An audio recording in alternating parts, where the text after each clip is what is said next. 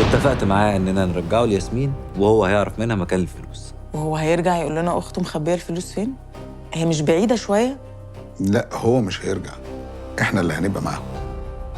ياسمين اتواصلت مع تامر بعد ما عملت عنه تحريات، والظاهر انها استنتجت من التحريات دي ان تامر ممكن يخون عادي. انا مش فاهم بصراحه الموضوع ده جه في خيالها ازاي، يعني انت تصدقي ان انا اعمل كده مثلا؟ لا ازاي، ملهاش حق. ملهاش حق ايه؟ هو اصلا شكله مش مريح.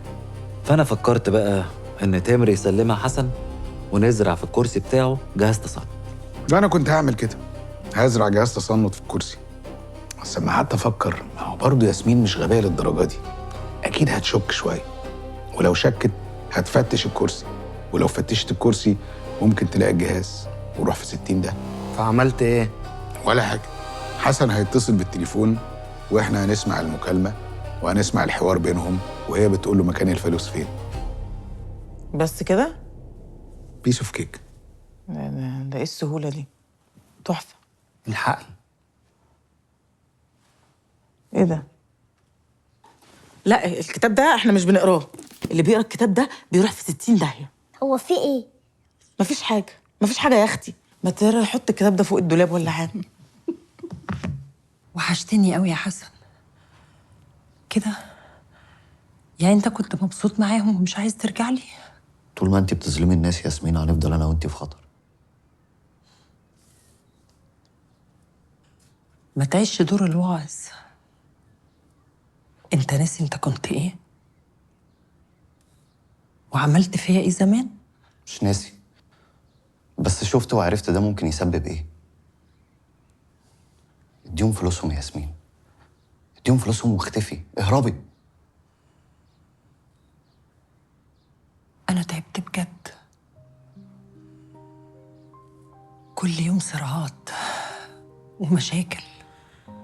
ادي لزياد الفلوس اللي ممكن تخرج ابوه بره السجن، وافتحي يا حبيبتي صفحه جديده وعيشي في راحه بال. ياه، وحشني احساس راحة البال ده قوي يا حسن. من ايام ما كنت انا وانت عايشين مع بعض زمان، ايام ما كنت بشتغل سكرتيرة في شركة المقاولات، وكانت اكبر مشاكلي في الحياة ان انا بتعاكس. تخيل يا حسن. بعيدي عن سليمان يا ياسمين، ده راجل خطر وسكته صعبه حتى لو كان بيحبك.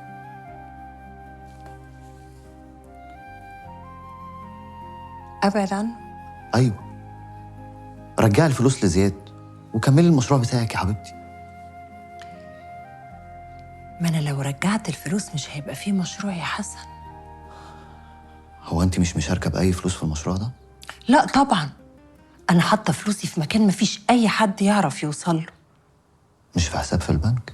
معقوله يعني يا حسن هروح احط فلوسي في البنك ولما يجوا يسالوني عن مصدر الفلوس مش هعرف اكيد اجاوب؟ امال حاطه الفلوس فين يا ياسمين؟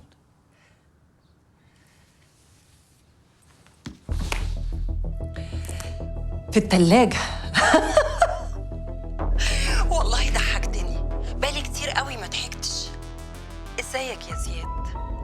هي دي بقى الخطة الجهنمية بتاعتك؟ ده انت والله العظيم غلبان غلب. بس بجد انا عايزة اشكرك على حاجة، انك رجعت لي حسن. بجد ميرسي قوي. وما تقلقش، انا مش هقرب من مامتك واخواتك، لا اللي سافرت معاها ولا اللي فضلت هنا. جهز نفسك بقى عشان عماد بيه هيعمل معاك تحقيق كمان 24 ساعة، وعدى منهم 8 ساعات خلاص. ده غير ان هو اكيد هيستجوب جاسر وهاشم عن مصدر الفلوس اللي انت سرقتها، وهم اكيد هيجاوبوه. اصل انا اتفقت معاهم وضغطت عليهم كمان، وانت عارفني بقى لما بضغط على حد.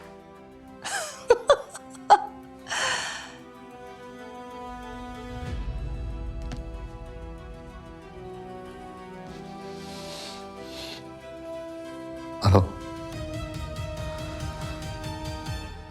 انا اسف يا زياد،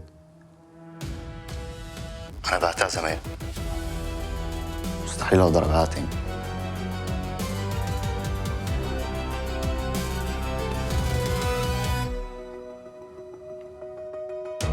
المره دي